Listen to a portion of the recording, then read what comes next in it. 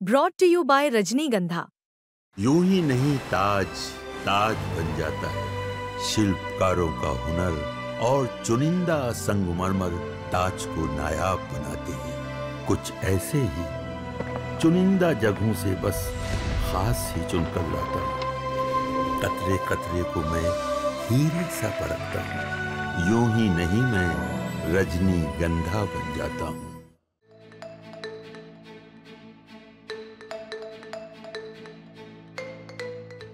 अमेरिकी इकोनॉमी की हालत खतरनाक मोड़ पर पहुंच गई है। जहां एक तरफ जॉब मार्केट डगमगा गया है, वहीं महंगाई की चिंगारी आम लोगों की जेब जला रही है। अब तक दुनिया जिसकी मिसाल देती थी, वही अमेरिकी अर्थव्यवस्था हर मोर्चे पर दबाव में नजर आ रही है और एक्सपर्ट्स चेतावनी दे रहे हैं, ये तो बस बुरे दौर की शुरुआत है।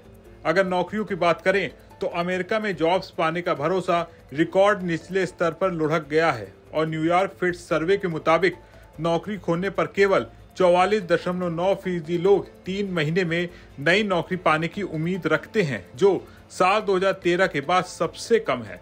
बेरोजगारी दर 39.1% तक पहुंच गई है, जिसके अगले साल और बढ़ने की उम्मीद है।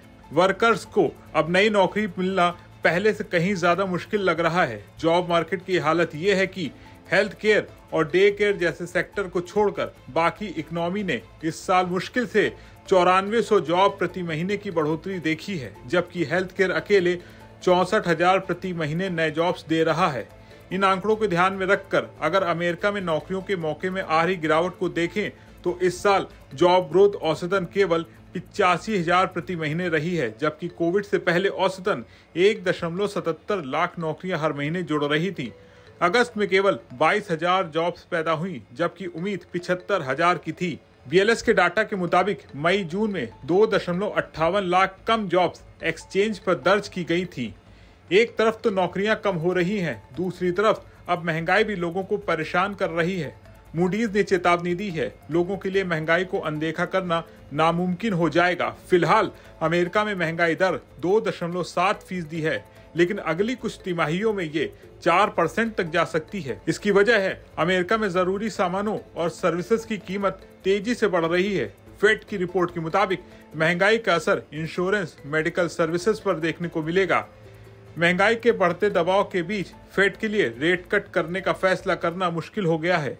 इससे अमेरिकी अर्थव्यवस्था रुकने के कगार पर है और पिछली छमाही में जीडीपी ग्रोथ केवल 1.2% रही, जो क्षमता से पूरे 1% पॉइंट कम है। कई बड़े राज्य मंदी के मुहाने पर खड़े हैं। साउथ के राज्य थोड़ी मजबूती जरूर दिखा रहे हैं, लेकिन उनकी स्पीड भी धीमी है। कुल मिलाकर इन सबका बड़ा असर युवा और वर्कर्स क्लास पर पड़ रहा है। हेल्थ केयर सेक्टर को छोड़कर टेक और दूसरी कॉर्पोरेट कंपनियां बड़े पैमाने पर छटनी कर रही हैं। मेडिसेट फंड में अगले साल से 911 अरब डॉलर की कटौती भी तय है, जिससे हॉस्पिटल, नर्सिंग होम्स और डे केयर सर्विसेज सबसे ज्यादा हिल सकती हैं। अमेरिका में महंगाई बढ़ने, नौकरी की गारंटी घटने और इकोनॉमी के मंदी की चौखट पर खड़े होने के हालात लगातार गंभीर बने हुए हैं। इस पूरे मामले पर आप क्या सोचते हैं? अपने विचार कमेंट बॉक्स में जरूर लिखें। अगर आपको ये वीडियो पसंद आया हो तो इसे लाइक करें, शेयर करें और बने रहें विस्तक के साथ।